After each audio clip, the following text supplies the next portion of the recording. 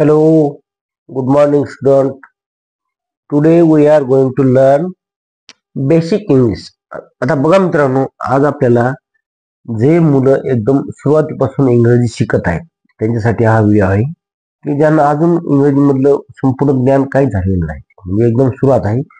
बघा, आपल्याला फक्त 20 मिनिटांमध्ये मी तुम्हाला काही ट्रिक्स सांगणार आहे आणि त्या ट्रिक्स आपण जर संपूर्ण बघितल्या आणि व्हिडिओ शेवटपर्यंत बघितला तर तुम्हाला 100% इंग्रजीसाठी मदत होणार आहे. म्हणून सर्वांनी लक्षपूर्वक बघा. आता बघा, जे मुलं लहान आहेत त्यासाठी आपण काय करतो सुरुवातीला, की जसं आपण मराठीमध्ये शिकत असताना सर्व मुळाक्षर येणं फार जरुरी आहे. आता इंग्रजीमध्ये मुळाक्षर कोणते आहेत बघा, बघा अक्षर कोणते ते त्या ठिकाणी आपण बघा ए A B C D E F G H I J K L M N O P Q R S T U V W X Y Z हे झालेत पहा मेन. एकूण आपले ते 26 आहेत पहा. त्यापैकी आता स्वर किती त्यामध्ये आणि व्यंजन किती हे आपल्याला महत्वाचं आलं पाहिजे. पहा त्या ठिकाणी स्वर बघा, तर व्हॉवेल्स म्हणतो आपण.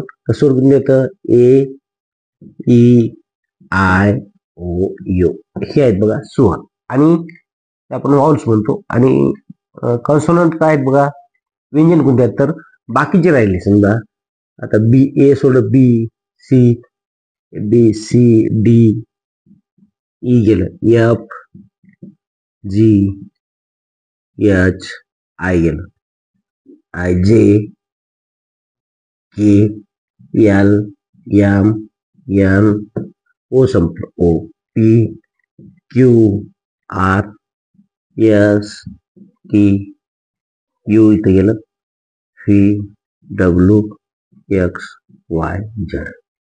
हे आपल्या लक्षात आलं पाहिजे की स्वर कोणते आहेत आणि व्हॉल्स आणि हे कॉन्सोनंट म्हणजे व्यंजन, हे आपल्या लक्षात आलं पाहिजे. आपण सुरुवातीला एबीसीडी पाठ केल्याच्या नंतर आपल्याला ह्या दोन गोष्टी आपल्या एकदम डोक्यामध्ये फिट ठेवायच्या आहेत, लक्ष पण आपल्याला ठेवायचं आहे. आता पुढे बघा मित्रांनो, यामध्ये हे समजलं तुम्हाला एबीसीडी सर्वांना समजा की आता लहान मुलं आहेत आणि त्यांनी पूर्ण एबीसीडी पाठ केलेली आहे. आता आपल्याला त्यामध्ये दुसरा मुद्दा आहे आर्टिकल्स. आर्टिकल्स आपल्याला काय आहेत आणि ते कसे वापरायचे हे आता मी तुम्हाला सांगणार आहे. बघा, आता आर्टिकल्स दोन प्रकारचे आहेत पहा. पहिला ए आणि दुसरा आहे एन. बघा, हे बघत असताना आपल्याला ए कशाला वापरायचं? समजा पेन आहे, अ पेन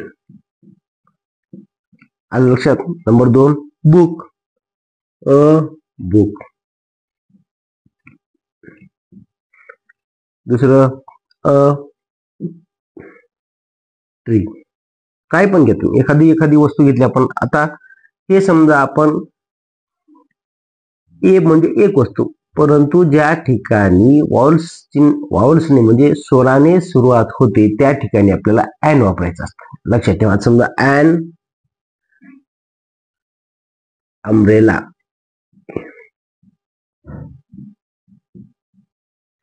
दुसरं एन ऍपल.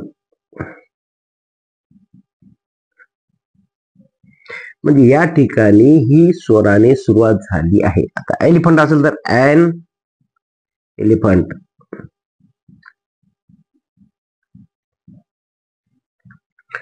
थोडक्यात आपल्याला समजून घ्यायचं आहे की आर्टिकल्स वापरत असताना ज्या ठिकाणी स्वराने सुरुवात होते, जसं A E I O U, an orange, an elephant, an umbrella, an apple, अशा प्रकारे आपण त्या ठिकाणी आर्टिकल्सचा वापर केला पाहिजे. आता दुसरा मुद्दा झाला. आपण तिसरा बघा. तिसरा मुद्दा असा आहे मित्रांनो की आपण त्या ठिकाणी नंबर्स आपल्याला समजले पाहिजे. हाऊ मेनी नंबर्स म्हणजे किती प्रकारचे नंबर बघा, सिंगल आणि प्लुरल. आता पहा, सिंगल म्हणजे कोणते बघा, single SINGL single and plural. आता बघा, या ठिकाणी सिंगल म्हणजे काय? तर सिंगल म्हणजे एक वचन आणि हे अनेक वचन. आता या ठिकाणी आपल्याला साधं आणि सोपी लक्षात ठेवायची गोष्ट आहे की समजा हा पेन आहे, बरोबर आहे, पेन याला आपण काय म्हणतो, पेन. आणि अनेक असतील तर या ठिकाणी समजा थ्री थ्री पेन्स, PENS, या ठिकाणी आपल्याला अनेक वचन करत असताना त्या नामाच्या पुढे आपल्याला येस लावायचं असतं. समजा बुक, बुक, आणि समजा आपण 5 असतील तर 5 बुक्स. एकदम सोपा आहे. आपल्याला एक वचनासाठी या ठिकाणी सरळ त्या ठिकाणी लिहायचा शब्द, आणि त्या ठिकाणी जर दुसरा असेल, अनेक असतील, एकापेक्षा असेल, तर त्या ठिकाणी आपल्याला यस किंवा येस हा प्रत्यय लागतो. आता ऍपल, ॲन ऍपल असेल तर ॲन ऍपल, या ठिकाणी ऍपल असेल तर काय मग अनेक, आपण त्या ठिकाणी त्याला काय येस किंवा येस असं लावलं. म्हणजे या ठिकाणी मित्रांनो लक्षात ठेवा की आपल्याला एक वचनीमध्ये साधा असतं, त्या ठिकाणी येस लागलेलं नसते, ते फक्त ते नाव असतं. परंतु अनेक वचनामध्ये येस किंवा येस आपल्याला लावायचं असतं. आता पुढे बघा, ही तुम्हाला थोडक्यात मी माहिती सांगत आहे, लक्षपूर्वक बघा आणि वहीवरती नोंद करून घ्या. आता पहा, आता पर्सनल प्रोनाउन्स म्हणजे पहा वैयक्तिक सर्वनामे कोणकोणते आहेत पहा. समजा आय, आय म्हणजे काय मुलांनो, तर आय म्हणजे मी, बरोबर आहे. तर वी म्हणजे काय, वी म्हणजे आम्ही. नंतर यू म्हणजे तू, तू किंवा तुम्ही. आता दे, दे म्हणजे तो, ती, ते. ही म्हणजे तो, आणि शी म्हणजे ती, आणि इट म्हणजे ते. आता पहा, हे घेत असताना आपल्याला या ठिकाणी आपल्याला काय लावायचं आहे, प्रेझेंट मध्ये काय लावायचं आणि पास्ट मध्ये काय लावायचं आहे, आणि वाक्य कसं तयार करायचं हे आपल्याला लक्षात आलं पाहिजे. आता पाहिजे मी तुम्हाला सांगतो एक गोष्ट की आता असेल आय असेल तर आय एमच्या पुढे काय, आयच्या पुढे तो आय एम, हे झालं प्रेझेंट मध्ये. आणि पास्ट मध्ये, पास्ट मध्ये काय बघा, आय वाज. एकदम सोपं आहे. आता वी असेल तर वी, इथं येईल का आर, नाही. वी इथं काय येईल, एम येईल का, नाही. तर वी आर स्टुडंट्स. आणि होते असेल तर काय येईल, वी वेअर, WERE म्हणजे होते.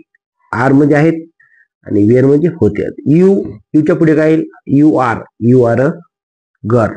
तर यूच्या पुढे काय येईल, यू आर. आणि भूतकाळासाठी काय येईल, वेअर, यू वेअर. आता दे साठी काय मुलांनो, एम इज येईल का, नाही. तर दे आर, आणि दे वेअर.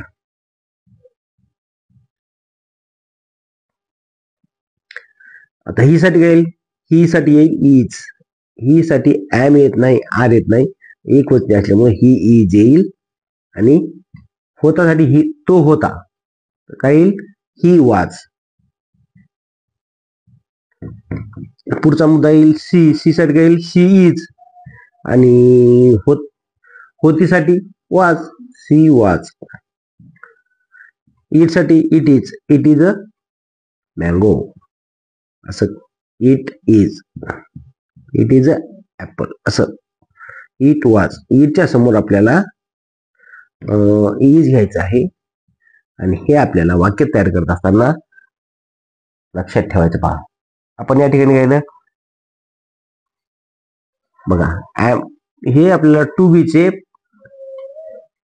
रूप हेल्पिंग वर्ब्स आपण या ठिकाणी एम, इज, आर हे सुद्धा आपण या ठिकाणी बघितलेले. बघा मित्रांनो, वाक्य तयार करताना आपण आता वाक्य कसं तयार होईल बघा इकडं. आता बघूया, आय एम गणेश. आता मी गणेश आहे, मी गणेश आहे. आता सुद्धा दुसरं घ्या, मी विद्यार्थी आहे, मी विद्यार्थी मी विद्यार्थी आहे. आता या ठिकाणी महत्वाचा मुद्दा आहे की हे वाक्य आपल्याला इंग्रजीमध्ये लिहित असताना सुरुवातीला मी साठी आय घ्यायचं आहे. तुम्हाला एक महत्वाची ट्रिक सांगितलेली आहे की फर्स्ट, लास्ट आणि राहिलेला भाग हा उलट क्रमाने लिहायचा आहे. बघा, आता आय साठी मी साठी आय घेतलं, आय साठी इज, नाही इज येणार नाही, आय साठी आय एम आणि विद्यार्थ्यांसाठी student, I am student, I am a student.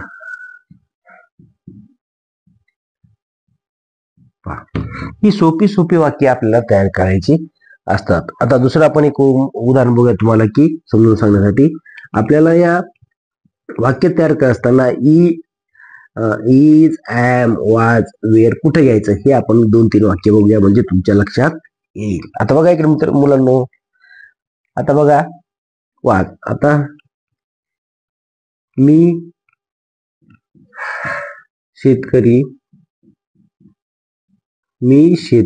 होतो. आता हे वाक्य आपल्याला इंग्रजीमध्ये कसं लिहायचं हे लक्षात ठेवा. आणि बघा आता पहा, मी साठी येईल फर्स्ट काय येईल आय,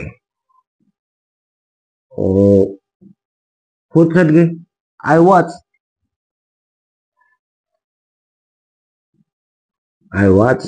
अ फार्मर. मी शेतकरी होतो. आता दुसरा मुद्दा घ्या, आय एम. समजा मी शिक्षक आहे. आता सोपं आणि साधं वाक्य आहे की एक आय साठी आपल्याला घ्यायचंय, मी साठी घ्यायचं आय साठी नाही आय एम अ टीचर. एकदम सोप्या भाषेमध्ये आपल्याला लक्षात ठेवायचं आहे की आय साठी मी साठी आय घ्यायचं, आय साठी एम घ्यायचं आणि टीचर साठी घ्यायचं. पहा आता अनेक वचनासाठी वियर आपण कसं घ्यायचं. आम्ही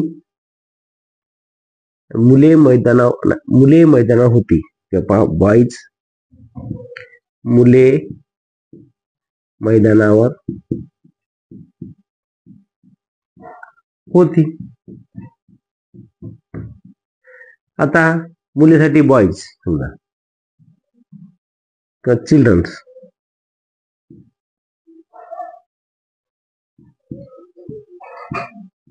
बॉईज आणि होतीसाठी वियर. अनेक वचने असल्यामुळे या ठिकाणी आपल्याला वियर घ्यायचं. Boys wear on the ground.